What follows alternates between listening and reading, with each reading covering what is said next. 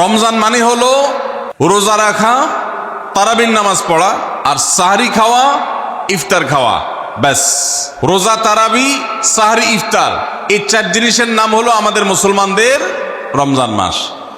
অথচ আমাদের প্রিয় নবী সাল্লাল্লাহু আলাইহি ওয়াসাল্লাম রমজান মাসে এই 4 কাজের বাইরে আরো অনেক আমল, অনেক কর্মসূচি, অনেক কার্যতালিকা, অনেক আমলের তালিকা তিনি আমাদেরকে দিয়েছেন, যেটা আমরা মুসলমানরা অনেকেই জানি না। তো আজ আমরা নবী করিম সাল্লাল্লাহু আলাইহি সাল্লাম আমাদেরকে রমজান মাসে যে সমস্ত আমল করতে বলেছেন, আমরা সেই সমস্ত আমলের কথা আপনাদের সঙ্গে খুব সংক্ষেপে শেয়ার করব ইনশাআল্লাহ। কারণ আমি নবী করিম সাল্লাল্লাহু আলাইহি সাল্লামের হাদিস থেকে এবং কোরআনে কারীম থেকেও 27টি আমলের কথা আপনাদের সঙ্গে শেয়ার করব ইনশাআল্লাহ, যার সবগুলোই রমাদানের জন্য স্পেশাল, তবে অনেকগুলো রমজানের বাইরের সময়ও আমাদের পালনীয় এবং করণীয়। রমাদান কেন্দ্রিক যে সমস্ত আমল, যে সমস্ত করণীয় আমাদের আছে, তার মধ্যে প্রথম করণীয় হলো শাবানের 29 তারিখে পশ্চিম আকাশে রমজানের চাঁদ তালাশ করা। এটা একটা আমল। কোন দিন চাঁদ তালাশ করবেন? শাবানের 29 তারিখ। এই বছর আমাদের দেশে শাবানের 29 তারিখ কবে হচ্ছে? রোজা কবে থেকে শুরু হচ্ছে? তাহলে 29শে শাবান সন্ধ্যায়, যেদিন থেকে রোজা হওয়ার সম্ভাবনা আছে, সেই দিন সন্ধ্যায় মাগরিবের আগে পশ্চিম আকাশের দিকে চাঁদ অনুসন্ধান করার চেষ্টা করে তাকাবেন। পশ্চিম আকাশে চাঁদ অনুসন্ধান করার জন্য যদি চেষ্টা করেন, একটু খোঁজার চেষ্টা করেন, চাঁদ দেখতে যদি পান তো ভালো, এমনকি যদি চাঁদ দেখতে নাও পান, চাঁদ দেখার চেষ্টা যে করেছেন এর কারণ আপনার আমল নামাতে সওয়াব লেখা হবে, একটা সুন্নত আদায় করার সওয়াব। ভাইরা আমার, আমরা আমাদের ছেলেবেলায়, আমাদের শৈশবে রমজানের আনন্দ আঁচ করতাম পশ্চিম আকাশের চাঁদ দেখে। ঈদের আনন্দের সূচনা এবং শুরুই হতো ঈদের চাঁদ দেখার মধ্য দিয়ে। এমন একটা সময় আমরা এখন এসে পৌঁছেছি, যেই সময়ে সবাই চাঁদ তালাশ করে, কিন্তু সেটা আকাশে না, ফেসবুকে। ঠিক না বে ঠিক? চাঁদ কি ফেসবুকে উঠে না আকাশে উঠে? তাহলে সবাই যদি ফেসবুকে চাঁদ তালাশ করেন, আকাশে চাঁদ দেখবে কে?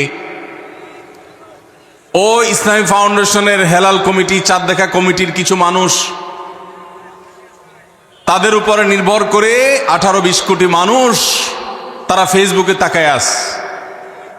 এটা খুবই দুর্ভাগ্যজনক একটা বাস্তবতা। নবী করিম সাল্লাল্লাহু আলাইহি সাল্লামের হাদিসটা আমরা লক্ষ্য করি, তিনি বলেছেন, সুমু লিরুয়াতিহি ওয়া আফতিরু লিরুয়াতিহি, তোমরা চাঁদ দেখে সিয়াম সাধনা করবে, চাঁদ দেখে রমাদান উদযাপন করবে, চাঁদ দেখে রমাদানের ইবাদত বন্দেগী করবে, আর চাঁদ দেখে তোমরা ঈদ উদযাপন করবে। চাঁদ দেখে তিনি আমাদেরকে রোজা রাখতে বলেছেন, অতএব চাঁদ দেখতে হবে কি হবে না? ভাইরা আমার, বিলুপ্ত হওয়া মৃত প্রায় সুন্নাহগুলোর মধ্যে থেকে একটা হলো চাঁদ তালাশ করার সুন্নাহ। এটা ফরজে কিফায়া, মুসলিম সমাজের কেউ যদি না করে সবাই গুনাহগার হবে। এটা খুবই রিস্কি একটা বিষয়, দুর্ভাগ্যজনক একটা বিষয় যে 20 কোটি মানুষের রমজান মাত্র মুষ্টিমেয় কয়েকজন মানুষের দেখার উপর নির্ভর করবে। ভাইরা আমার, আমরা পশ্চিম আকাশে চাঁদ দেখার চেষ্টা করব ইনশাআল্লাহ। যদি চাঁদ দেখতে পান আপনি, তাহলে নবী সাল্লাল্লাহু আলাইহি সাল্লামের সেখানে একটা দোয়া পড়বেন, আল্লাহুম্মা আহিল্লাহু আলাইনা বিল ইয়ুমনি ওয়াল ঈমান ওয়াস সালামাতি ওয়াল ইসলাম রব্বি ওয়া রাব্বুকাল্লাহ। চাঁদকে লক্ষ্য করে বলবেন, চাঁদের সাথে কথা বলবেন। চাঁদ আপনার কথা হয়তো বুঝবে না, কিন্তু আল্লাহর এরকম সৃষ্টি যারা আমাদের কথা বুঝতে পায় না, তাদেরকে লক্ষ্য করে কিছু বলার মানে হলো আপনি মূলত আপনার মনের আকুতিকে প্রকাশ করছেন। চাঁদকে লক্ষ্য করে নবী সাল্লাল্লাহু আলাইহি সাল্লাম চাঁদ দেখলে পড়তেন, আল্লাহুম্মা আহিল্লাহু আলাইনা বিল ইয়ুমনি ওয়াল ঈমান। হে আল্লাহ, এই যে চাঁদ আমি দেখতে পাচ্ছি, এই চাঁদের পুরো মাসটাকে যে আমার জন্য বরকত এবং ঈমান দিয়ে পরিপূর্ণ করে দিন। এই চাঁদ পুরো মাস জুড়ে থাকবে, অতএব পুরো মাস জুড়ে এই চন্দ্র মাসে আমি আপনার কাছে আমার জীবনে প্রভূত বরকত, কল্যাণ এবং ঈমান আপনার কাছ থেকে চাই। ওয়াস সালামাতি ওয়াল ইসলাম, এবং আমি নিরাপত্তা চাই এই চাঁদ এই চান্দ্র মাস আমার জন্য যেন নিরাপদ হয় এবং ইসলামের সাথে যেন এই মাস আমি অতিবাহিত করতে পারি, ইমানের সাথে যেন অটল অবিচল থাকতে পারি। রব্বি ও রব্বুকাল্লাহ, হে চাঁদ, তোমার সৃষ্টিকর্তা পালনকর্তা আর আমারও পালনকর্তা এক আল্লাহ। ভাইরা আমার, চাঁদ দেখার চেষ্টা করা যাবে তো ইনশাআল্লাহ? সোশ্যাল মিডিয়াতে আপনি চাঁদের খবর খোঁজেন, দোষ নাই, কিন্তু আমরা সবাই যদি সোশ্যাল মিডিয়াতে চলে যাই, পশ্চিম আকাশে চাঁদটা দেখবে কে? দুর্ভাগ্য। মসজিদ মাদ্রাসার ছাত্ররা, ওলামা একরাম, তারাও চাঁদ তালাশ করতে দেখা যায় খুবই কম, খুবই নগণ্য। আল্লাহ তাআলা আমাদের সবাইকে মৃত প্রায় সুন্নাহকে জিন্দা করার তৌফিক দান করুন। এই বছর 29শে রমাদান শুক্রবারে হবে না শনিবারে হবে? কে কে চাঁদ দেখবেন হাত তোলেন। আল্লাহ আমাদের সবাইকে চাঁদ দেখার তৌফিক দান করুন। মৃত সুন্নাহকে জিন্দা করার নিয়তে চাঁদ দেখবেন ইনশাআল্লাহ। আল্লাহ আমাদের সবাইকে আমল করার তৌফিক দান করুন। ভাইরা আমার, তাহলে রমজান কেন্দ্রিক প্রথম আমল পেয়ে গেলাম, প্রথম কর্মসূচি পেয়ে গেলাম, সেটা হলো শাবানের শেষ তারিখে পশ্চিম আকাশে চাঁদ তালাশ করব ইনশাআল্লাহ। নাম্বার 2, রমজানের দ্বিতীয় আমল, যেটা রমজানের প্রধান আমল মূলত কি সেটা বলেন দেখি। রমজানের প্রধান আমল কি ভাই? রোজা রাখা। মাশাআল্লাহ, উত্তর সঠিক। রমজান মাসের প্রধান আমল হলো রোজা রাখা। রোজা রাখার চাইতে এ মাসের বড় কোনো আমল হতে পারে না। রোজা রাখা রমজানের সুন্নত না মুস্তাহাব? ফরজ। ফরজ মানে হলো আল্লাহর সেই নির্দেশ, যেই নির্দেশ লঙ্ঘন করলে জাহান্নামের শাস্তি অবধারিত, জাহান্নামের শাস্তি এড়ানো যাবে না, যে নির্দেশ মান্য করা আবশ্যক, এরকম একটি ফরজ। ইসলামের স্তম্ভ কয়টা ভাই? 5টা। নবী করিম সাল্লাল্লাহু আলাইহি সাল্লাম বলেছেন, বুনিয়াল ইসলামু আলা খামস, ইসলাম দাঁড়িয়ে আছে 5টি ফাউন্ডেশনের উপরে, 5টি খুঁটির উপরে, 5টি ভিত্তির উপরে। সেই 5টি ভিত্তির 1 নম্বর হলো শাহাদাতি আল্লাহ ইলাহা ইল্লাল্লাহ ওয়া আন্না মুহাম্মাদান রাসূলুল্লাহ, আল্লাহ ছাড়া ইবাদত এবং উপাসনার উপযুক্ত আর কেউ নাই, আর মুহাম্মদ সাল্লাল্লাহু আলাইহি সাল্লাম আল্লাহর পাঠানো রাসূল, এই কথার সাক্ষ্য মুখে দেওয়া, এটা হলো 1 নম্বর স্তম্ভ। স্তম্ভ নম্বর 2, 5 ওয়াক্ত নামাজ আদায় করা। স্তম্ভ নম্বর 3, যাকাত আদায় করা, যাদেরকে আল্লাহ সামর্থ্য দিয়েছেন, সচ্ছলতা দিয়েছেন। স্তম্ভ নম্বর 4, হজ করা। স্তম্ভ নম্বর 5, রমজানের রোজা রাখা। তবে অনেক হাদিসে রমজানের রোজাকে 4 নম্বরে আর হজকে 5 নম্বরে রাখা হয়েছে। তাহলে রমজান মাসের রোজা রাখা এটা শুধু ফরজ না, মৌলিক ফরজ। নবী করিম সাল্লাল্লাহু আলাইহি সাল্লাম বলেছেন, যদি কেউ জীবনে একটি রোজাও শরিয়া গ্রাহ্য ওজর ছাড়া কেউ যদি ভঙ্গ করে, রোজা না রাখে, রমজানের পরে যদি সে সারা জীবনও রোজা রাখে, দায় মুক্ত হয়তো হয়ে যাবে, সে কাজা আদায় করেছে, কাফারা আদায় করেছে, দায় মুক্ত হয়তো হয়ে যাবে, কিন্তু রমজানের একটা রোজা রেখে আল্লাহর কাছে যে পরিমাণ মর্যাদার অধিকারী হওয়ার কথা, সারা জীবন রোজা রেখেও রমজানের ওই একটা রোজার ক্ষতিপূরণ করা সম্ভব নয়। এই জন্য সবাই রমজান মাসে ফরজ রোজা রাখবো তো ইনশাআল্লাহ। সকল প্রাপ্তবয়স্ক সুস্থ ইমানদারের জন্য রমজানের রোজা রাখা ফরজ। ভাইরা আমার, পৃথিবীতে আজ অনেক বিজ্ঞানী রোজা বা ফাস্টিং এর উপরে গবেষণা করে অনেক বড় বড় পদক, অনেক বড় বড় পুরস্কার জিতেছে। এখন ডাক্তাররাও আমাদেরকে বলে যে একটা সময় আমরা যেন ফাস্টিং করি, একটা সময় আমরা যেন না খেয়ে থাকি, এটা আমাদের স্বাস্থ্যের জন্য ভালো। নবী সাল্লাল্লাহু আলাইহি সাল্লাম সেই 1500 বছর আগে আল্লাহর দেয়া বিধান আমাদেরকে জানিয়েছেন। রমজানে পুরো মাস রোজা, শাবানে মুহররমে বেশি বেশি নফল রোজা, সোমবার বৃহস্পতিবার সাপ্তাহিক রোজা, চাঁদের 13, 14, 15 আইয়ামে বীজের মাসিক রোজা। নিয়মিতভাবে এই রোজা, এই সিয়ামগুলো যদি পালন করি আমরা, তাহলে আল্লাহর সন্তুষ্টি এবং জান্নাত লাভ যেমন হবে, ঠিক একইভাবে আমরা দুনিয়াতে সুস্থ সবল থাকতে পারবো। আমাদের শরীরে অতিরিক্ত যে চর্বি তৈরি হয়, বিশেষ করে আজকের বিশ্ব বাস্তবতায়, এই চর্বিগুলোকে বার্ন করার জন্য রোজার কোনো বিকল্প নাই। যদিও চর্বি বার্নের উদ্দেশ্যে রোজা রাখলে সে রোজা রোজা নয়। আমাদের উদ্দেশ্য হবে আল্লাহর সন্তুষ্টি অর্জন, পাশাপাশি পার্থিব উপকারিতা এমনি পেয়ে যাব। আল্লাহ আমাদের সবাইকে রমজান রোজা রাখার তৌফিক দান করুন। ভাইরা আমার, নবী করিম সাল্লাল্লাহু আলাইহি ওয়াসাল্লাম তিনি বলেছেন, যে ব্যক্তি রমজানে ঈমান এবং ইখলাসের সাথে আল্লাহকে খুশি করবার জন্য রমজান রোজা রাখবে, আল্লাহ তার পূর্বের সমস্ত গুনাহ মাফ করে দিবেন। অনেক যুবক আছেন গ্যাস্ট্রিকের অজুহাতে, অনেকে আছেন প্লাস্টিকের অজুহাতে রোজা রাখেন না। কারো গ্যাস্ট্রিক, কারো প্লাস্টিক। সামান্য একটু রোজা রাখতে যে যুবক পারে না, সে নিজেকে মুসলিম দাবি করে কোন মুখে? মাত্র 12-14 ঘন্টা যে না খেয়ে থাকার মতো চ্যালেঞ্জ নিতে পারে না, সে আবার কিসের মুসলমান দাবি করে নিজেকে? এই জন্য ভাইরা সবাই রোজা রাখবো তো ইনশাআল্লাহ। বাসা বাড়িতে বাচ্চাদেরকে কৈশোর বয়স থেকে তাদেরকে রোজা রাখতে শেখাবেন। সাহাবায়ে কেরাম আশুরার রোজা পর্যন্ত বাচ্চাদেরকে রাখাতেন এবং তাদেরকে খেলনা দিয়ে ভোলাতেন, রোজা রাখতে তাদের সাহায্য করতেন। আজ এমন এক প্রজন্ম আমরা গড়ে তুলছি, যেই প্রজন্ম শুধু ভোগ শিখেছে, ত্যাগ শিখে নাই। বাচ্চা কাচ্চাদেরকে দেখবেন মা বাপ বড় বড় মোবাইল, স্মার্টফোন তাদের হাতে তুলে দিচ্ছেন। তারা মুখ দিয়ে কোনো কথা বললেই সেটা নেওয়ার জন্য, কেনার জন্য বাপ মা অস্থির ব্যাকুল হয়ে যাচ্ছেন। তাদেরকে সংগ্রাম, ত্যাগ, চ্যালেঞ্জ নেওয়া, এগুলো তাদেরকে শেখাচ্ছেন না। মনে রাখবেন, ভোগ করতে কোনো যোগ্যতার দরকার হয় না, ত্যাগ করতে যোগ্যতার দরকার হয়। ভোগ করতে সবাই পারে, ত্যাগ করতে সবাই পারে না। এই জন্য সন্তানকে ভোগ নয়, ত্যাগ শেখাতে হবে। আল্লাহ আমাদেরকে তৌফিক দান করুন। আপনার বাচ্চা যদি রোজা রাখা শিখে, শখ করে রোজা রাখে, তাকে বাধা দিবেন না, তাকে রোজা রাখতে দিবেন। কারণ সে রোজা রাখার মধ্য দিয়ে গরিব অভাবী মানুষের কষ্ট অনুভব করবে, ফিল করবে। সে রোজা রাখার মধ্য দিয়ে আল্লাহর নৈকট্যের ফিলিংস তার মধ্যে আসবে, ইসলামী সংস্কৃতিকে সে অনুভব করবে, আঁচ করবে। এই জন্য সন্তানকে কৈশোর বয়স থেকেই, কিশোর বয়স থেকেই তাকে রোজা রাখতে সাহায্য করবেন ইনশাআল্লাহ। ঠিক আছে না ভাই? বাচ্চাদের প্রথম হয়তো রোজা অর্ধেক রাখবে, দুপুরে ভেঙে ফেলবে, এরপর না হয় বিকাল পর্যন্ত রাখবে, এরপর না হয় সন্ধ্যা পর্যন্ত রাখবে, কিন্তু অভ্যাস তাকে গড়ে তুলতে হবে। আল্লাহ আমাদেরকে তৌফিক দান করুন। ভাইরা আমার, তাহলে রমজানের প্রধান আমল রোজা রাখা। এই রোজা ইচ্ছাকৃত শরিয়া গ্রাহ্য ওজর ছাড়া ভাঙা জায়েজ নাই, হারাম। যদি কেউ ভাঙে অথবা না রাখে সে ফাসিক। অতএব এই রোজার চর্চা আমাদের করতে হবে। আল্লাহ আমাদের সবাইকে তৌফিক দান করুন।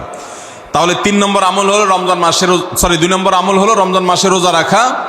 3 নম্বর আমল হলো রাতে তারাবির নামাজ আদায় করা। রাতে কি আদায় করা ভাই? তারাবির নামাজ আদায় করা কি ফরজ না নফল? ফরজ না সুন্নত? সুন্নত, সুন্নতে মুআক্কাদা। নবী করিম সাল্লাল্লাহু আলাইহি সাল্লাম বলেছেন, মান সামা মান কামা রমাদানা ঈমানান ওয়া ইহতিসাবা গুফিরা লাহু মা তাকাদ্দামা মিন যামবি।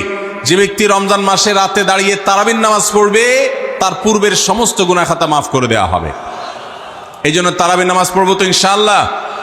তারাবির নামাজ 4G গতিতে হবে না 5G গতিতে? কি বলেন? 4G না 5G?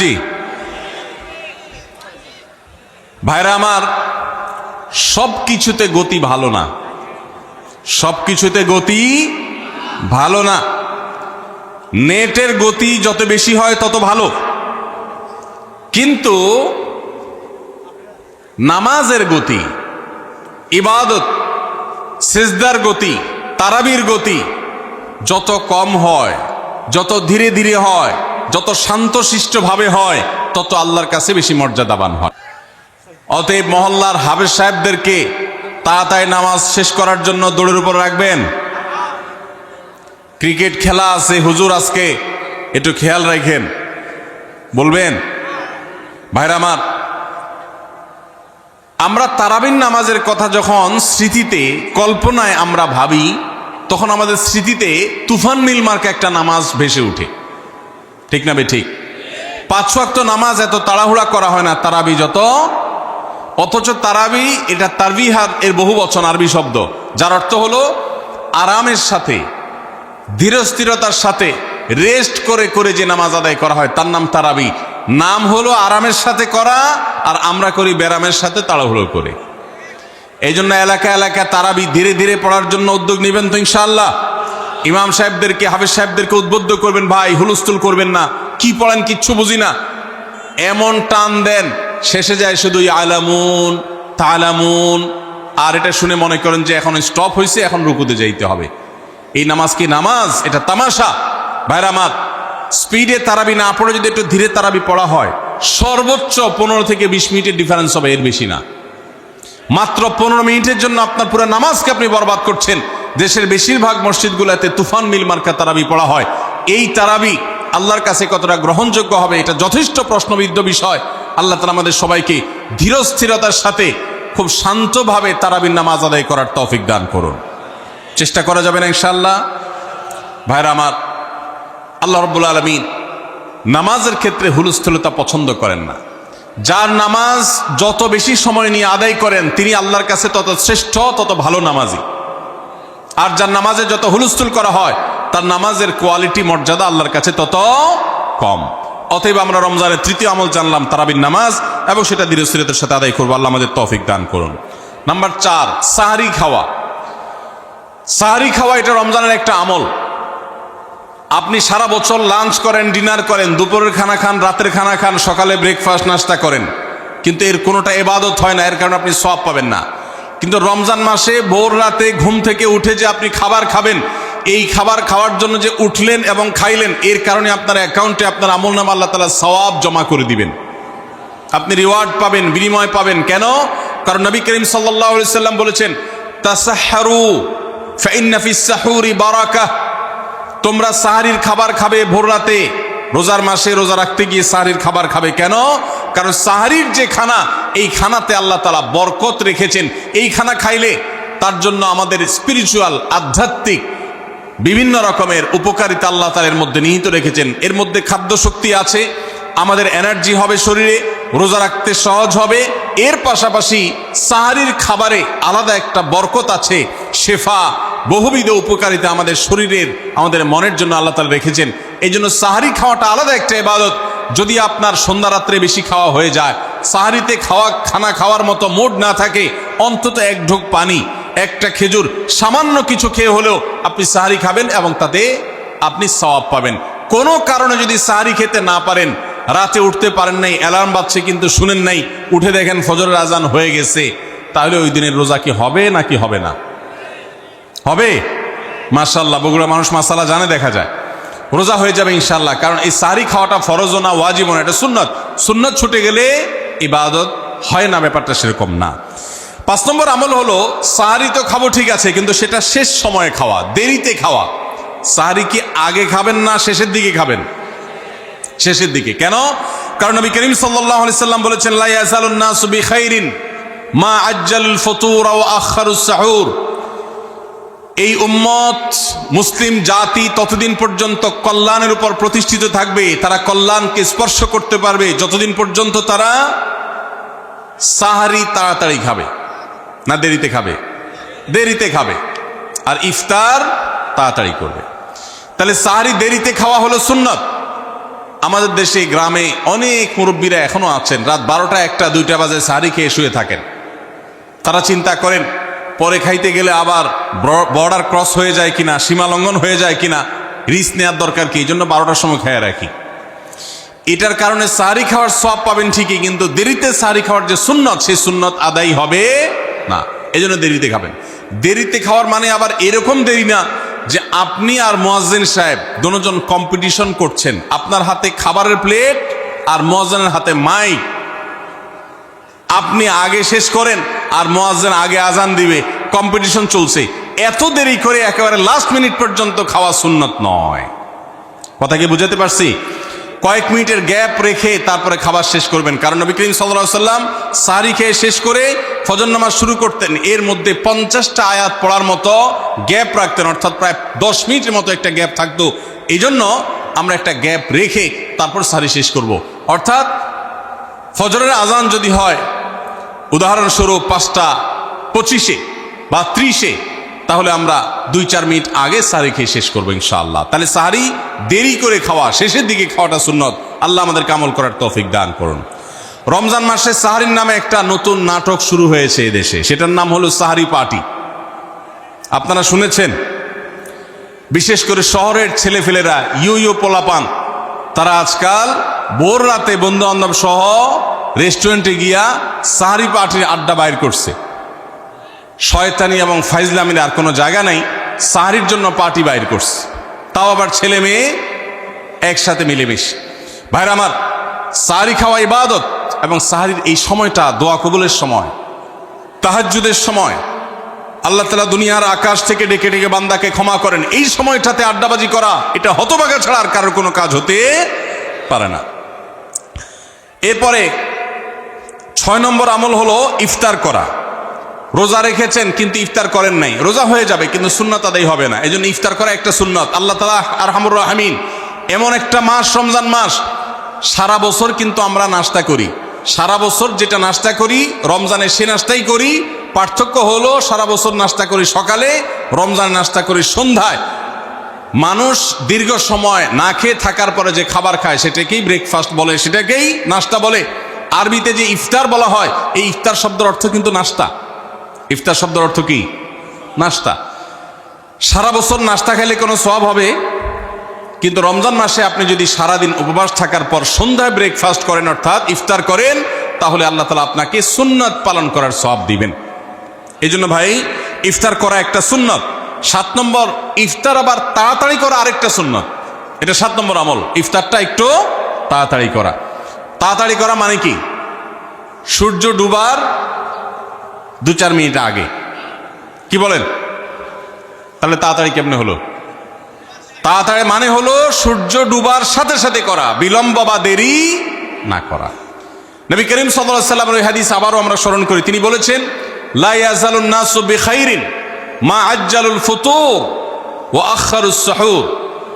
এই মানুষ, এই উম্মত ততদিন কল্যাণের উপরে প্রতিষ্ঠিত থাকবে যতদিন তারা ইফতার তাড়াতাড়ি করবে আর সাহরি দেরিতে করবে। ইফতার তাড়াতাড়ি করা এর মানে হলো সূর্য ডুবছে আর দেরি করবেন না। শিয়ারা এবং ইহুদিরা, তাদের মধ্যে রোজা আছে, ফাস্টিং আছে, তারা সেই রোজায় ইফতার করে হলো চতুর্দিক অন্ধকার হয়ে যাওয়ার পর, সূর্য ডুবার পর পর ইফতার করে না। তো এই জন্য নবী সাল্লাল্লাহু আলাইহি সাল্লামের আদর্শ হলো তার বিপরীত, অর্থাৎ সূর্য ডুবার পর পর ইফতার করে ফেলা, অতিরিক্ত বিলম্ব না করা। আল্লাহ আমাদেরকে আমলের তৌফিক দান করুন। 8 নম্বর আমল হলো ইফতারের দোয়া পড়া। ইফতারের দোয়া জানা আছে ভাই? কি দোয়া? আমরা একটা দোয়া কমন জানি বাংলাদেশে মানুষ, সেটা হলো আল্লাহুম্মা লাকা সুমতু আলা রিজকিকা আফতারতু। এটাও হাদিসে বর্ণিত হয়েছে, কিন্তু হাদিসের সনদ নিয়ে অনেকে কোনোটা নিয়ে আলাপ তুলেছেন, প্রশ্ন তুলেছেন। আল্লাহুম্মা লাকা সুমতু মানে হলো, হে আল্লাহ, আপনার উদ্দেশ্যে রোজা রেখেছি, ওয়া আলা রিজকিকা আফতারতু, এবং আপনার দেওয়া রিজিক দিয়ে ইফতার করেছি। আর ইফতারের আরেকটা দোয়া হলো যাহাবাজ জামা ওয়াবতাল্লাতিল উরুক ওয়া সাবাতাল আজরু ইনশাআল্লাহ।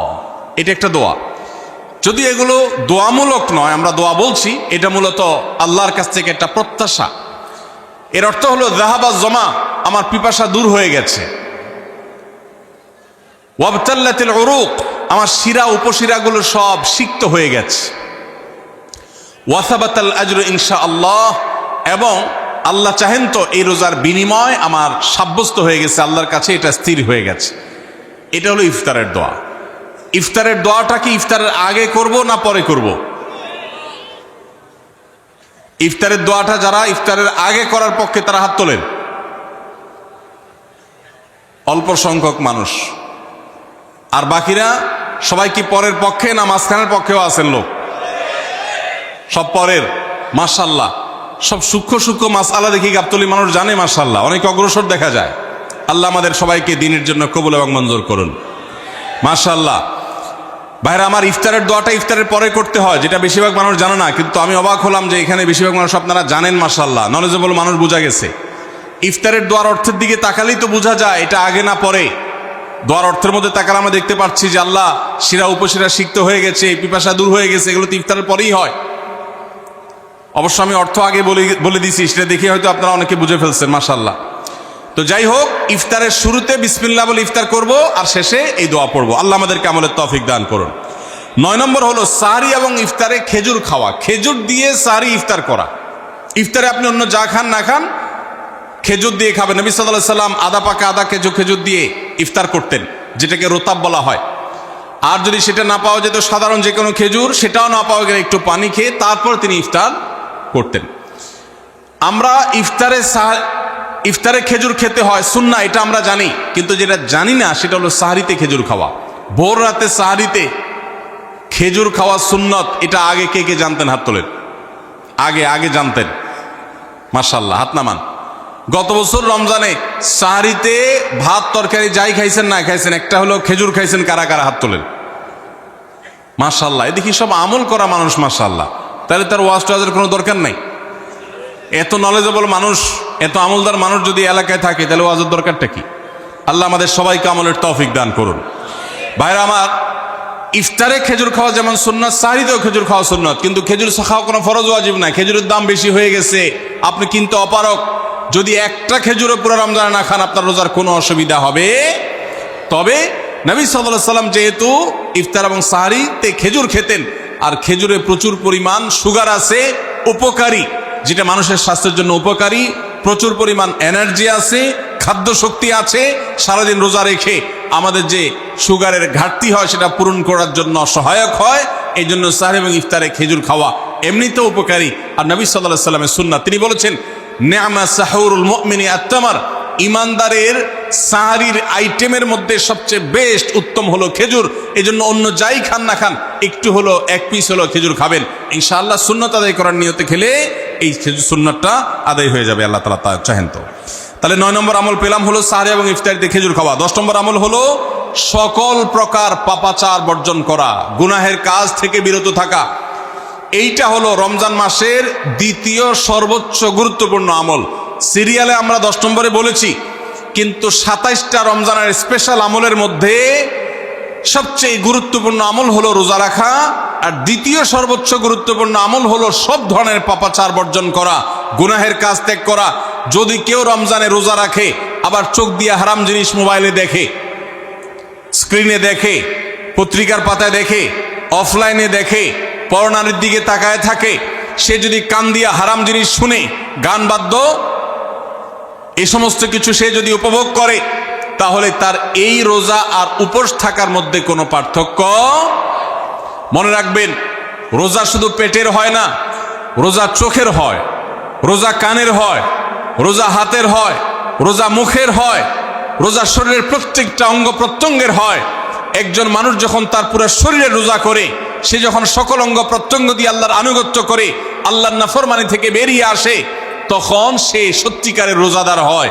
আর যে শুধুমাত্র দিনের বেলায় পানাহার বর্জন করে, যৌনাচার বর্জন করে, আর সমস্ত পাপাচার অপকর্ম সে যথারীতি অন্য সময়ের মতো রমজান মাসেও করে, এই রোজাদার পেটের রোজা রেখেছে, কিন্তু তার শরীরের অন্য অন্য অঙ্গ প্রত্যঙ্গগুলো আল্লাহর কথা শুনে নাই, সো সেগুলো কিন্তু রোজা রাখে নাই। এই রোজা আল্লাহর কাছে মাকবুল এবং গ্রহণযোগ্য রোজা হতে পারে না। অতএব আমরা রমজান মাসে সব ধরনের গুনাহের কাজ বর্জন করবো তো ইনশাআল্লাহ। প্রিয় ভাইরা আমার, রোজা কিন্তু আমাদের সাথে কথা বলে। রোজার ভাষা আমরা অনেকে জানি না, কি বলে সেটা অনেকে বুঝি না, কিন্তু রোজা আমাদের সাথে কথা বলে। কি কথা? সিয়াম শব্দের অর্থ, আমরা যেটাকে রোজা বলছি সেটা কোরআনের ভাষায় বলা হয় সিয়াম, হাদিসে বলা হয়েছে সেটাকে সওম বা সিয়াম। এই সওম বা সিয়াম একই শব্দ, এর অর্থ হলো বিরত থাকা। এর অর্থ হলো কি ভাই? বিরত থাকা, ব্রেক দিতে জানা। আল্লাহ রাব্বুল আলামিন রোজার মতো ইবাদত দিয়েছেন আমাদেরকে জীবনে ব্রেক দেওয়ার অভ্যাস গড়ে তোলার জন্য। আমরা যেন ব্রেক দিতে শিখি, আমরা যেন থামতে শিখি, আমরা যেন নিজেদেরকে নিয়ন্ত্রণ করতে শিখি। ইসলামের যে বৈশিষ্ট্য, ইসলামের যে বিউটি, ইসলামের যে সৌন্দর্য, সেটা হলো ইসলাম পৃথিবীর মানুষকে আত্মনিয়ন্ত্রণ করবার কথা বলে। আজ ভোগবাদী পৃথিবীর যেদিকে তাকাবেন, চতুর্দিকে দেখতে পাবেন শুধু ভোগের হাতছানি। দুনিয়াটা মস্ত বড়, খাও দাও আর ফুর্তি করো, শুধুমাত্র ফুর্তি ফুর্তি এবং ফুর্তি, ভোগ এবং ভোগ এবং ভোগ। গোটা পৃথিবী আপনাকে ভোগের কথা বলবে, ত্যাগের কথা বলবে না। ইসলাম আপনাকে ত্যাগের কথা বলে। আপনি ঈদ উদযাপন করবেন, ঈদ উল ফিতর, সেখানে পর্যন্ত ইসলাম বলে আগে গরিবের বাসায় ফিতরা পৌঁছাবে, তারপর তুমি ঈদগাহে যাবে, ঈদের আনন্দ করবে। আপনি কোরবানির ঈদে পশু জবাই করে গোশত খাবেন, উৎসব করবেন। ইসলাম বলে ভালো কথা, তুমি উৎসব করবে, তোমাকে উৎসব করতেই দেওয়া হয়েছে, কিন্তু আগে গরিবের বাসায়ও গোশত পাঠাবে ঈদের, সেটা নিশ্চিত করবে, তার পাশাপাশি তুমি ঈদ উদযাপন করবে। আমরা যে রমজানের রোজা রাখি, এই রোজা আমাদেরকে বিরত থাকার কথা বলে। সেই বিরত থাকাটা কি? সেটা হলো আমরা যখন রোজা রাখি আমাদের পিপাসা হয়, আমাদের ক্ষুধা লাগে, পিপাসা হয়, আবার হাতের সামনে হয়তো পানিও আছে। আমার ক্ষুধা লাগে, হাতের সামনে হয়তো খাবারও আছে, কেউ দেখছেও না, সিসি ক্যামেরাও নেই, বদ্ধ রুমে কক্ষের মধ্যে, কিন্তু আমি রোজাদার। কোন রোজাদার রোজার মধ্যে খায়, পান করে? কেন? কারণ সে জানে আল্লাহ নিষেধ করেছেন। আমরা যখন ইফতার সামনে নিয়ে বসে থাকি সন্ধ্যাবেলায়, ভাইরা আমার, সারা বছর নাস্তা তো আল্লাহ তাআলা কম হোক বেশি হোক সবাইকে করার তৌফিক দেন, আমরা সবাই তো কম বেশি নাস্তা করি। সারা বছর আপনি যদি বুফে গিয়ে 100 আইটেমের নাস্তা দিয়েও আপনি খাবার গ্রহণ করেন, সকালের ব্রেকফাস্ট আপনি খান, ইফতারের সময় মাত্র 2-4টা আইটেম নিয়ে বসে থেকে আজানের জন্য, সূর্য ডুবার জন্য যে অপেক্ষা করেন, ওই অপেক্ষার সময় যে অবর্ণনীয় স্বাদ আর তৃপ্তি পাওয়া যায়, পৃথিবীর সমস্ত খাদ্য গ্রহণের মধ্যেও এই তৃপ্তি বা স্বাদ নাই। নবী সাল্লাল্লাহু আলাইহি ওয়াসাল্লাম সেজন্য বলেছেন, লিসসাইমি ফারহাতান, রোজাদার ব্যক্তিকে দুটি আনন্দ দেওয়া হয়, ফারহাতুন ইনদা ফিতরি ওয়া ফারহাতুন ইনদা লিকাই রাব্বি। একটা আনন্দ হলো ইফতারের সময়, অবর্ণনীয়, ভাষায় প্রকাশ করবার অযোগ্য, কি ভালো লাগা কাজ করে। ইফতারের জন্য আমরা বসে আছি, খাবার সামনে আছে, রকমারি শীতল শরবত সামনে আছে, রকমারি খাবারের পসরা সাজানো আছে টেবিলে, দস্তরখানে, এদিকে পেটে ক্ষুধাও আছে, কিন্তু আমরা মিনিট গুনছি, আমরা সময় দেখছি, ঘড়ির দিকে তাকিয়ে আছি, সূর্য কখন ডুববে। সূর্য ডুবেছে আর সাথে সাথে আমরা ইফতার করছি। এই যে আল্লাহর নির্দেশের অপেক্ষা, ইসলাম রোজার মাধ্যমে আমাদেরকে সেই শিক্ষাটা দিতে চায়। রোজা আমাদের সাথে সেই কথা বলে যে দেখো, তুমি জীবনে বিরত থাকতে শিখো, গোটা পৃথিবী তোমাকে ভোগ শিখাবে, ইসলাম তোমাকে ত্যাগ শিখাবে, ইসলাম তোমাকে কন্ট্রোল করা শিখাবে। আমাদের তরুণদের চরিত্রকে নষ্ট করবার জন্য, তাদেরকে নানাভাবে উস্কানি দেওয়ার জন্য, বিনোদনের নামে, নিউজের নামে, বিজ্ঞাপনের নামে, বিভিন্ন নামে অশ্লীল নানা দৃশ্য, খোলামেলা দৃশ্য তাদের সামনে দেখানো হয়, ভোগের আহ্বান করা হয়। ইসলাম বলে, হে মুসলিম তরুণ, তোমার চোখের এরিয়ার মধ্যে কোনো পরনারী, কোনো সুন্দরী নারী পড়ে গেছে, তুমি আঁচ করতে পেরেছ, সাথে সাথে তোমার দৃষ্টিকে তুমি নিয়ন্ত্রণ করো, অবনত করো। কুল্লিল মুমিনিনা ইয়াগুদ্দু মিন আবসারিহিম ওয়া ইয়াহফাযু ফুরুজাহুম। আল্লাহ বলেছেন, হে রাসূল বলে দিন ইমানদার পুরুষদেরকে, তারা যেন তাদের চোখগুলোকে নামিয়ে রাখে, তাদের সম্ভ্রমকে তারা সংরক্ষণ করে। মনে রাখবেন, যা খুশি তা করতে পারা এটা যোগ্যতা নয়। নিজেকে নিয়ন্ত্রণ করলাম, যা খুশি তা করব না, এর নাম হলো যোগ্যতা। ডায়রিয়ার রোগী ডাইরেক্ট হয়ে যায়, যা খুশি যে করে, নিজের মন যেদিকে তাকে নাচায় সেদিকে নাচে, এ লোকটা অসুস্থ মানুষের মতো। আর মুসলিম যুবক, মুসলমান মানুষ, নারী পুরুষ, সে নিজেকে নিয়ন্ত্রণ করে। আল্লাহ এটা হারাম করেছেন, আমার মন চায়, চাইলেই আমি সেটা নিতে পারি, কিন্তু আমি নেব না। আমি একটা জিনিস ধরতে পারি, আল্লাহ হারাম করেছেন, সেজন্য আমি ধরবো না। এই শিক্ষাটা রমজান আমাদেরকে দেয়। অতএব রমজানের সবচেয়ে গুরুত্বপূর্ণ আমল হলো এই 10 নম্বর আমল, সেটা হলো পাপাচার বর্জন করা। নবী সাল্লাল্লাহু আলাইহি সাল্লাম বলেছেন, যে ব্যক্তি রমজানে রোজা রাখলো আর পাপাচার বর্জন করলো না, তাহলে এই রোজা রাখার উপোস থাকার ভিতরে কোনো পার্থক্য নাই। আল্লাহ আমাদের সবাইকে রমজান মাসে রোজা থেকে সকল হারাম, সকল নাজায়েজ কাজ, সকল গুনাহের কাজ ছাড়ার তৌফিক দান করুন, বলুন আমিন। ভাইরা আমার, 11 নম্বর আমল হলো অধিক পরিমাণ দোয়া করা। রমজান মাসে রোজা রেখে আমরা বেশি বেশি দোয়া করব। চলতে ফিরতে, উঠতে বসতে দোয়া করতে পারেন। আমাদের মায়েরা অনেকে শুনছেন আমাকে, রমজান মাসে আপনি গৃহস্থলী কাজ করছেন, রান্নাবাড়া করছেন, ঘর ঝাড়ু দিচ্ছেন, আর মনে মনে আল্লাহর সাথে কথা বলেন। দোয়া মানে আল্লাহর সাথে কথোপকথন। আল্লাহ, আপনি আমাকে মাফ করে দেন, আমার বাবাকে মাকে মাফ করে দেন, সন্তানগুলোকে হেদায়েত দান করেন, চোখের পানি ফেলেন। নিয়মতান্ত্রিক দোয়া, বসে বসে হাত তুলে দোয়া করবেন কেবলামুখী হয়ে। আবার চলতে ফিরতে, উঠতে বসতে, এমনকি ওযু নাই সে অবস্থায় দোয়া করবেন। নবী সাল্লাল্লাহু আলাইহি সাল্লাম বলেছেন, 3 ব্যক্তির দোয়া ফিরিয়ে দেওয়া হয় না। কয় ব্যক্তির দোয়া? সালাসুন লা তুরাদ্দু দাওয়াতুহুম, 3 শ্রেণী মানুষের দোয়া ফিরিয়ে দেওয়া হয় না। এর ভিতরে এক শ্রেণী হলেন মাজলুম, কারোর জুলুমের শিকার হয়েছে এই ব্যক্তি।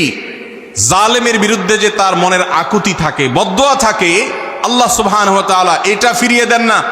এই জন্য পৃথিবীর ইতিহাসের কোন জালিম আপনি দেখাতে পারবেন না যেই জালিমকে আল্লাহ ছেড়ে দিয়েছেন, আল্লাহ ছাড় দিয়েছেন কিন্তু চূড়ান্ত ভাবে ছেড়ে দিয়েছেন, এমন কোন জালিম আপনি দেখাতে পারবেন না। এই জন্য ভাই কখনো কোন অবস্থাতে কারো প্রতি আমরা জুলুম করব না, আল্লাহ আমাদেরকে সেটা মানার তৌফিক দান করুন।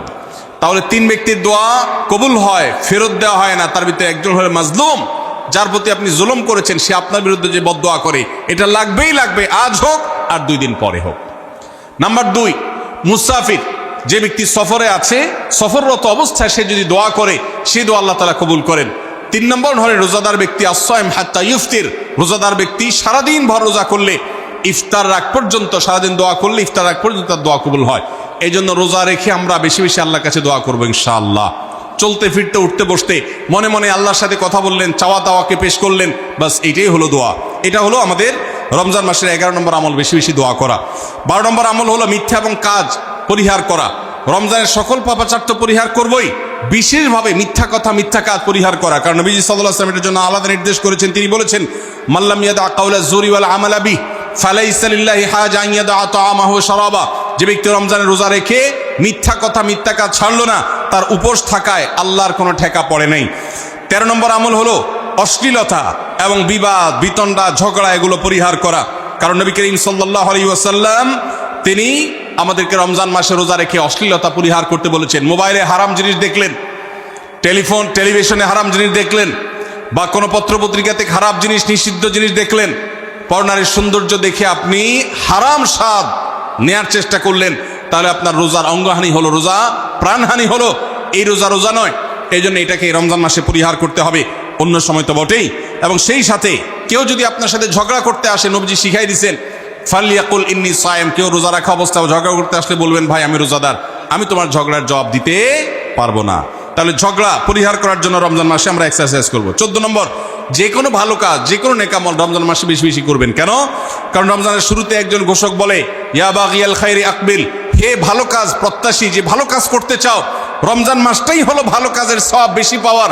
অতএব এই মাসে ভালো কাজ করে, নেকামল করে, ইবাদত করে, কোরআন তেলাওয়াত, জিকির, আজকার যত রকম আছে এগুলো করে জান্নাতের পথে অগ্রসর হয়ে যাও। 16 নম্বর আমল হলো রোজাদারকে ইফতার করানো, অর্থাৎ নিজে ইফতার করার পাশাপাশি অন্য কোন রোজাদারকে ইফতার করাইলে আল্লাহ তাআলা ওই রোজাদার যে পরিমাণ সওয়াব পাবেন, আপনাকেও সেই পরিমাণ সওয়াব দিবেন ইনশাআল্লাহ। 17 নম্বর আমল হলো বেশি বেশি কোরআনে কারীমের তেলাওয়াত করা। রমজান মাসে আল্লাহ তাআলা আমাদের সবাইকে, 15 নম্বর বাদ গেছে, মাশাআল্লাহ, এত মনোযোগ সহকারে কথা বলছে এবং নোট করছে দেখা যাচ্ছে। তাহলে আমরা আবার পেছনে যাচ্ছি ইনশাআল্লাহ। 15 নম্বর আমল হলো বেশি বেশি ইস্তেগফার করা। বেশি বেশি কি করা? ইস্তেগফার করা, অর্থাৎ ক্ষমা প্রার্থনা করা। কেন ক্ষমা প্রার্থনা বেশি করবেন? কারণ নবী করিম সাল্লাল্লাহু আলাইহি সাল্লাম বলেছেন, ওয়ালিল্লাহি উতাকাউ মিনান নার ওয়া যালিকা ফি কুল্লি লাইলা। রমজানের প্রত্যেক রাতে আল্লাহ তাআলা বহু মানুষকে জাহান্নাম থেকে মুক্ত ঘোষণা করেন। ভাইরা আমার, আমাদের পাপাচারের কারণে জাহান্নামীদের তালিকা নাম উঠে থাকলেও রমজানে আল্লাহ বহু মানুষকে ঠিক দেন যে এই লোককে জান্নাতি ঘোষণা করা হলো, জাহান্নাম থেকে মুক্ত ঘোষণা করা হলো। এই জন্য এই মাসে আল্লাহর কাছে বেশি বেশি মাফ চাইতে হয়, ইস্তেগফার করতে হয়, চোখের পানি ফেলে দোয়া করতে হয় যে আল্লাহ আপনি মাগফিরাত নসিব করেন। এটা হলো 15 নম্বর আমল। 16 নম্বর আমল হলো রোজাদারকে ইফতার করানো। নিজে ইফতার করবেন, পাশাপাশি রোজাদার ব্যক্তিকেও ইফতার করাবেন। নবী সাল্লাল্লাহু আলাইহি সাল্লাম বলেছেন, যদি কোনো ব্যক্তি কোনো রোজাদারকে ইফতার করায়, তাহলে যেই ব্যক্তি তাকে ইফতার করানেন তার রোজার সওয়াব তো সে পাবেই, আপনি ইফতার করায়া সমপরিমাণ সওয়াব লাভ করবেন ইনশাআল্লাহ। অতএব মসজিদে ইফতার দেওয়ার ব্যবস্থা করা যেতে পারে, রাস্তাঘাটে, বিশেষ করে পাবলিক পরিবহনে, এমনকি প্রাইভেট গাড়িতেও সন্ধ্যার সময়, ইফতারের সময় অনেক সময় খাবার থাকে না, তখন আপনি রাস্তায় দাঁড়িয়ে যদি সামান্য একটু খেজুর, সামান্য একটু পানি বিতরণ করতে পারেন, তাইলে সওয়াবটা পাওয়া যেতে পারে। আপনার বাসায় আশেপাশে অনেক অভাবী মানুষ আছে, তাদের বাসায় আপনি ইফতার পৌঁছে দিতে পারেন। এর মাধ্যমে রোজাদারকে ইফতার করানোর সওয়াব পেতে পারেন। 17 নম্বর আমল হলো বেশি বেশি কোরআনে কারীমের তেলাওয়াত করা। কোরআনে কারীমের তেলাওয়াত রমজান মাসে বেশি বেশি করব। কেন? কারণ হলো এই মাসটাই হলো কোরআন নাজিলের মাস। আল্লাহ তাআলা রমজান মাসে কোরআন নাজিল করেছেন। আল্লাহ বলেছেন, শাহরু রমাদান আল্লাযী উনজিলা ফীহিল কুরআন হুদাল লিন-নাস ওয়া বায়িনাতিন মিনাল হুদা ওয়াল ফুরকান। রমজান মাস এমন মাস যে মাসে আল্লাহ তাআলা কোরআন নাজিল করেছেন, এই জন্য এই মাসে বেশি বেশি রোজ কোরআন তেলাওয়াত করতে হবে। নবী করিম সাল্লাল্লাহু আলাইহি সাল্লাম বেশি বেশি রমজান মাসে কোরআন তেলাওয়াত করতেন। আমাদের পূর্বসূরি সালাফগণ কেউ কেউ রমজান মাসে অন্য সব আমল কমিয়ে দিয়ে কোরআন তেলাওয়াতটা সবচেয়ে বেশি করতেন। এই জন্য দিনে এবং রাতে বেশি বেশি করে কোরআন শুদ্ধতার সাথে সৌন্দর্যের সাথে তেলাওয়াত করব, অর্থ সহকারে বুঝে পড়ার চেষ্টাও পাশাপাশি করব ইনশাআল্লাহ। 18 নম্বর আমল হলো কোরআন পরস্পরকে শোনাশুনি করা, বুঝে পড়া। অর্থাৎ আপনি কোরআন তেলাওয়াত করবেন, আপনার স্ত্রী শুনবে, আপনার মা শুনবে, আপনার বোন শুনবে, আবার তারা তেলাওয়াত করবে, আপনি শুনবেন। আমরা তারাবির নামাজে এক পক্ষীয় তেলাওয়াত শুনি, হাফেজ সাহেব তেলাওয়াত করেন, আমরা শুনি, কিন্তু আমরা তেলাওয়াত করে আরেকজন শুনবে, এটা হয় না। নবী সাল্লাল্লাহু আলাইহি সাল্লাম রমজান মাস আসলে জিবরিল ফেরেশতার সাথে কোরআন শোনাশুনি করতেন। জিবরিল তেলাওয়াত করতেন, নবীজি শুনতেন, আবার আমাদের নবীজি তেলাওয়াত করতেন, জিবরিল শুনতেন। এটা একটা সুন্নত। এই সুন্নতটা বিলুপ্ত হয়ে গেছে, এটা নিয়ে চর্চা নাই। এই জন্য আমরা এটা বাসা বাড়িতে নতুন করে জিন্দা করব। আল্লাহ আমাদেরকে তৌফিক দান করুন। 19 নম্বর আমল হলো দান সাদাকা বেশি বেশি করা। নবীজি সাল্লাল্লাহু আলাইহি সাল্লাম এমনিতেই প্রচুর পরিমাণ দান করতেন, কিন্তু রমজান আসলে তার দানশীলতার পরিমাণ আরো বেড়ে যেত। এই জন্য অভাবী, প্রতিবেশী, গরিব, দুঃখী সবার ঘরে ঘরে আমরা আমাদের সাধ্য অনুযায়ী দান পৌঁছানোর চেষ্টা করব রমজান উপলক্ষে। এটা রমজানের 19 নম্বর স্পেশাল আমল, বিশেষ আমল। 20 নম্বর রমজানের কর্মসূচি হলো ভোর রাতে দোয়া করা। কারণ সারা বছর ভোর রাতে তাহাজ্জুদের নামাজ পড়া বা দোয়া করার সুযোগ আমাদের হয় না, কিন্তু রমজানের সাহরি খেতে তো এমনি উঠেন, অতএব এই টাইমে দোয়া কবুল হয়। 24 ঘন্টার ভিতরে দোয়া কবুলের সবচেয়ে মোক্ষম সুযোগ, সবচেয়ে আদর্শ সময় হলো এই তাহাজ্জুদের সময়টা। ভাইরা আমার, ঢাকার একটি বড় কোম্পানি, বাংলাদেশের সবচেয়ে বড় শিল্প প্রতিষ্ঠান বললে ভুল হয়তো হবে না, অন্তত এটুকু বলা যায় যে প্রথম 3-4টি বড় প্রতিষ্ঠানের একটি। এরকম একটা প্রতিষ্ঠানের একজন কর্মকর্তা বছর 2-3 আগে আমার সাথে হঠাৎ দেখা।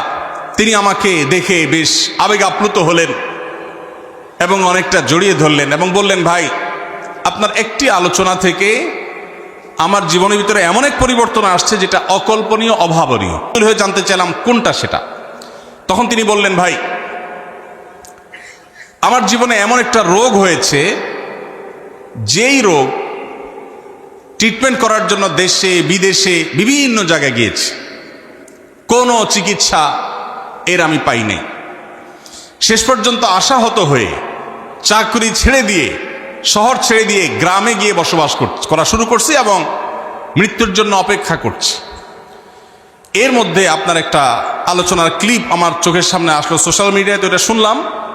সে আলোচনাটা ছিল আল্লাহর কাছ থেকে অসাধ্য সাধন করার সময় হলো ভোর রাত, তাহাজ্জুদের সময়। আমি এই আলোচনা পুরোটা শোনার পর ওই রাতেই আমি ঘুম থেকে উঠে ভোর রাতে তাহাজ্জুদ পড়ে আল্লাহর কাছে বুক ভাসিয়ে মন ভরে কাঁদলাম, দোয়া করলাম। ওই ভাই বললেন যে আমি এত দোয়া করলাম, দোয়া করতে করতে দীর্ঘ সময় আমি পরিতৃপ্ত হলাম, আমার দোয়া শেষ হয়ে গেল। এরপর দোয়া করে শেষ করার পর ফজর নামাজের সময় হয়ে গেছে, আমার ফিল হলো, অনুভব হলো যে আমার শরীরে আর কোনো রোগবালাই এখন মনে হয় নাই। এবং তিনি গত 2 দিন আগেও তার সাথে আমি দেখা করলাম ঢাকায়, গতকালকে দেখা করলাম, 2 দিন আগে না, মাত্র 1 দিন আগে দেখা করলাম। তিনি এখন সুস্থ সবল হয়ে আবার তার চাকরিতে ফিরে গিয়ে স্বপদে সমহিমায় আছেন।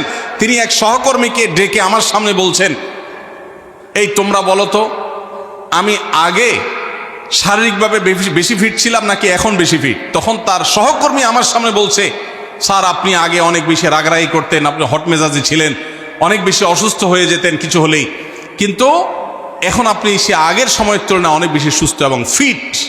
তিনি বললেন, ভাই, ভোর রাতের দোয়ার প্রভাব এত বেশি, তাহাজ্জুদের সময়ের দোয়া এত গুরুত্বপূর্ণ যে এই এক দোয়া আমার জীবনকে আমূল পরিবর্তন করে দিয়েছে। এই জন্য ভাইরা, রমজান মাসে বিশেষ করে যখন তাহাজ্জুদের সময় সাহরি খেতে যখন উঠবেন, সাহরি খাওয়ার পর 10টা মিনিট সময় হাতে রাখেন, বা সাহরি খাওয়ার আগে 10টা মিনিট আগে উঠে ওযু করে 2 রাকাত 4 রাকাত নামাজ পড়ে, বা নামাজ পড়ার সময় না থাকলে অন্তত কেবলামুখী হয়ে 2টা হাত তুলে আল্লাহর কাছে একটু চান। নবীজি সাল্লাল্লাহু আলাইহি সাল্লাম বলেছেন, রাতের শেষ প্রহর যখন হয় দুনিয়ার আসমানে নেমে এসে আল্লাহ বান্দাদেরকে ডেকে ডেকে তাদের প্রত্যেকটা চাওয়া পূরণ করে দেন। এই জন্য ভাইরা, রমজান মাসে সাহরির সময় দোয়া কবুল হয়। রমজান উপলক্ষে বিশেষ করে এই আমলটা, সাহরির সময় আমলটা, আমরা দোয়া করার আমলটা করতে পারি। তাহলে 20 নম্বর আমল হলো তাহাজ্জুদের নামাজ এবং ভোর রাতের দোয়া। এটা অন্য সময় করা যায়, কিন্তু রমজানের সুযোগটা বেশি আসে, সেজন্য এটাকে রমজানের স্পেশাল আমল হিসেবে আমরা উল্লেখ করলাম। আল্লাহ আমাদেরকে সবাইকে তৌফিক দান করুন। সাহরি খেতে উঠলে একটু দোয়া করবো তো ইনশাআল্লাহ, 2-4 মিনিটের জন্য হলে দোয়া করবো, একাকী নির্জনে আল্লাহর কাছে কেবলামুখী হয়ে। এর চেয়ে বড় দুর্ভাগ্যের বিষয় কি আছে যে আল্লাহ চাওয়ার জন্য ডাকছেন আর আমি অবহেলা করে বসে আছি। ভাইরা আমার, 5 ওয়াক্ত নামাজের জন্য মুয়াজ্জিন আপনাকে ডাকে, কিন্তু ভোর রাতে দোয়া কবুলের জন্য স্বয়ং আল্লাহ আপনাকে ডাকেন। অতএব সাহরি খেতে উঠলে ভোর রাতে সাহরির সময় একটু দোয়া করবো তো ইনশাআল্লাহ। 21 নম্বর আমল উমরা করা। যাদেরকে আল্লাহ তৌফিক দিয়েছেন তারা রমজানে উমরা করবেন, কারণ নবী করিম সাল্লাল্লাহু আলাইহি ওয়াসাল্লাম বলেছেন, উমরাতুন ফি রমাদান তা'দিলু হাজ্জা। রমজানে কেউ উমরা করলে একটা হজের সওয়াব পায়। কোন কোন হাদিসে আসছে তা'দিলু হাজ্জাতাম মাই, নবীজির সাথে হজের সওয়াব পাওয়া যায় রমজানে উমরা করলে। আল্লাহ আমাদেরকে যখন তৌফিক দিবে আমরা তখন সেটা করব ইনশাআল্লাহ। ঠিক আছে না? নিয়ত করেন, দোয়া করেন, আল্লাহ একসময় তৌফিক অবশ্যই দিবেন। 22 নম্বর আমল হলো রমজানের শেষ 10 দিন মসজিদে ইতিকাফ করা। গুরুত্বপূর্ণ একটা পয়েন্ট, মসজিদে ইতিকাফ করা। খুব মনোযোগ দিয়ে শুনি। রাসূল করিম সাল্লাল্লাহু আলাইহি সাল্লাম রমজানের রোজা ফরজ হওয়ার পর থেকে নিয়ে তার মৃত্যু পর্যন্ত 1টি বছরের জন্য রমজানের শেষ দশক মসজিদে ইতিকাফ করা ছাড়া ছিলেন না। একবার তিনি মসজিদে ইতিকাফে বসেছেন, কিন্তু ইমার্জেন্সি একটা কাজে মসজিদ থেকে তাকে বের হতে হয়েছে। এই জন্য তিনি পরের বছর 20 দিন ইতিকাফ করেছেন। 10 দিন হলো ওই বছরের, আর 10 দিন হলো আগের বছরে যে ইতিকাফ ভেঙে ফেলেছেন সেটার ইতিকাফের কাজা। তার মানে হলো নবীজির জীবনে কখনো ইতিকাফ 1 বছর একটা রমজান মাসেও ছাড়েন নাই। এত গুরুত্বপূর্ণ আমল যে রমজানের এই আমলটা তিনি কখনোই ছাড়েন নাই। দুর্ভাগ্য আমাদের, এখানেও হয়তো বেশিরভাগ মুসলমান আমরা জীবনে একবারের জন্য রমজানের শেষ 10 দিন ইতিকাফ করি নাই। যে আমল নবীজি জীবনে কখনো ছাড়েন নাই সেটা আপনি জীবনে একবারও করেন নাই। এর চাইতে বড় হতভাগা উম্মত আর কি হতে পারে? ভাইরা আমার, 3টি আমলের নগদ তৃপ্তি আমি অন্তত অনুভব করি। আমি আমার সে অভিজ্ঞতার আলোকে আপনাদের উদাত্ত আহ্বান করতে চাই, রমজানের শেষ দশকে আপনারা ইতিকাফ করুন। যে 3টি আমলের তৃপ্তি, নগদ স্বাদ, অবর্ণনীয় ভালো লাগা কাজ করে, অন্তর্জগতে প্রশান্তিতে পরিপূর্ণ হয়ে যায়, সেই 3টি ইবাদতের একটি হলো আরাফাতের ময়দানের দোয়া। এটার সাথে কোনো কিছুর কম্পেয়ার হয় না। অবর্ণনীয় এক তৃপ্তি লাগে আরাফাতের ময়দানে দোয়া করতে। দ্বিতীয় হলো সিজদায় গিয়ে চোখের পানি ফেলে আল্লাহর কাছে দোয়া করতে অসম্ভব ভালো লাগা কাজ করে। ভোর রাতে দোয়াতেও একই স্বাদ পাওয়া যায়। আর 3 নম্বর হলো রমজানের শেষ দশকের ইতিকাফ। ইতিকাফ যে একবার করেছে সে জীবনে বারবার করে, তাকে আর ফেরানো যায় না। এই জন্য ভাইরা, রমজানের শেষ দশকে আমরা আল্লাহর ঘরে বসে গিয়ে ইতিকাফ করার চেষ্টা করবো তো ইনশাআল্লাহ। অনেক এলাকায় বৃদ্ধ মানুষ, বুড়া মানুষ বসায় দেওয়া হয় টাকা পয়সা দিয়ে। যে টাকা নিয়ে ইতিকাফ করে সেও গুনাহগার, আর যারা টাকা নিয়ে ইতিকাফে বসায় তারাও গুনাহগার, কারণ ইবাদত টাকা পয়সা দিয়ে চলবে না। রমজানের শেষ দশক মসজিদে ইতিকাফ করবো তো ইনশাআল্লাহ। আল্লাহ আমাদেরকে তৌফিক দান করুন। যুবক ভাইরা, একটাবার বসে দেখেন, অসম্ভব ভালো লাগা কাজ করে, মনে হয় যে আল্লাহর মেহমান আমি, এই ফিলটা হয়। কারণ আল্লাহর ঘরে এসে বসে আছেন আপনি কারোর কাছে কোনো কিছু চেয়েছেন, চাইতে চাইতে একটা পর্যায়ে তার পাও জড়িয়ে বসে গেলেন, একদম বসে গেলেন, তার ঘরের সামনে বসে পড়লেন। ইতিকাফটা অনেকটা এরকম। রমজানের প্রথম 20 দিন আল্লাহর কাছে হাত দিয়ে দোয়া করলাম, আর শেষ 10 দিন একজন মসজিদে গাঁট্টি বসকা নিয়ে পড়ে গেলাম। ব্যাপারটা হলো কারোর পায়ে ধরে পড়ে যাওয়ার মতো। আশা করা যায় ইতিকাফকারীকে আল্লাহ তাআলা ক্ষমা না করে মসজিদ থেকে ফিরাবেন না। এই জন্য ইতিকাফ করার চেষ্টা করবো তো ইনশাআল্লাহ।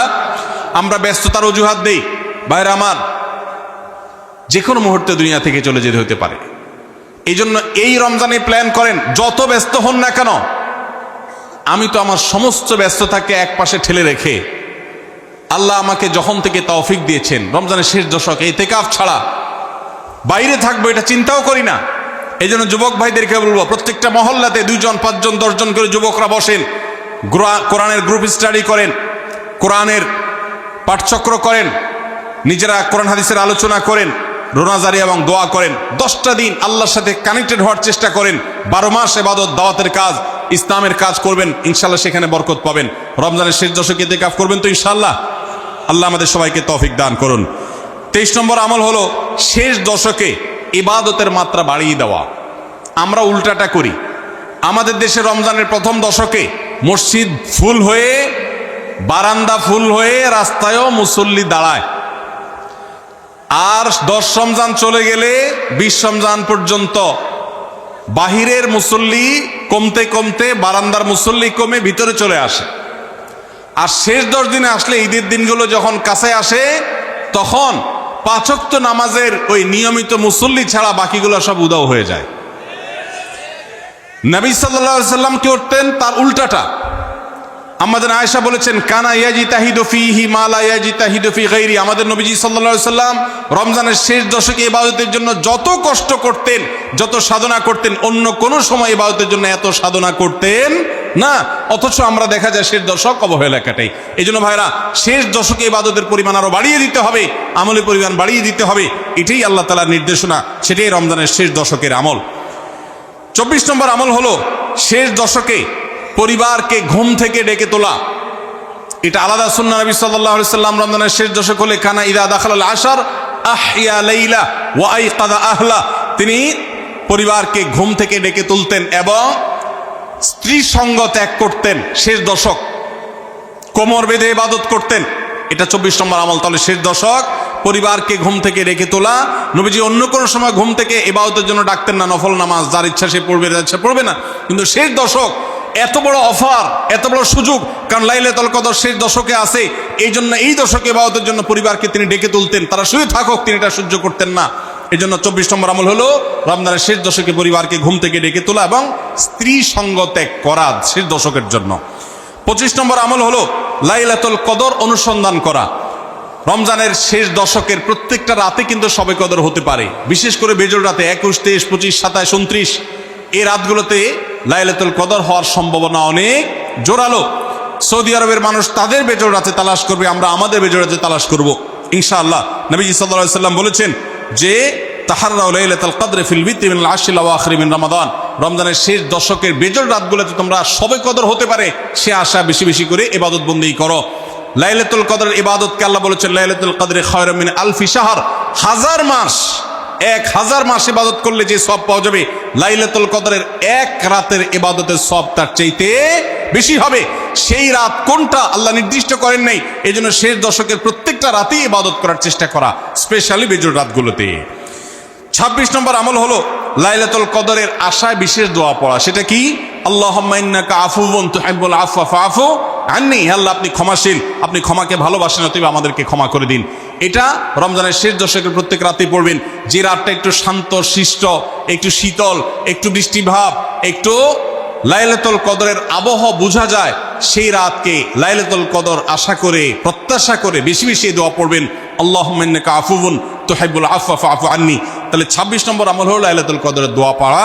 আর 27 নম্বর সর্বশেষ আমল হলো ফিতরা আদায় করা। অর্থাৎ রমজান মাসের রোজাতে যদি ভুল ত্রুটি হয়, এটা রিফাইন্ডের কাজ হয়ে যায়, রিফ্রেশমেন্টের কাজ হয়ে যায় ফিতরার মাধ্যমে। প্রত্যেক সচ্ছল ব্যক্তি তার নিজের পক্ষ থেকে, নিজের স্ত্রী এবং নিজের ছোট বাচ্চাদের তরফ থেকে ফিতরা আদায় করবেন। প্রাপ্তবয়স্ক সন্তান থাকলে তারা তাদেরটা আদায় করবে, আর না হলে বাপও তাদেরটা আদায় করতে পারে। ফিতরা স্বরূপ গরিবদের বাসায় একদিনের খাবার এটা পৌঁছে দিতে হবে। এটা হলো ফিতরা। ঈদের নামাজের আগ পর্যন্ত এটা আদায় করার নির্দেশ নবী সাল্লাল্লাহু আলাইহি ওয়াসাল্লাম দিয়েছেন। তাহলে 27 নম্বর আমল হলো ফিতরা আদায়। এটার মাধ্যমে রমজানের আমল শেষ হয়ে যাবে।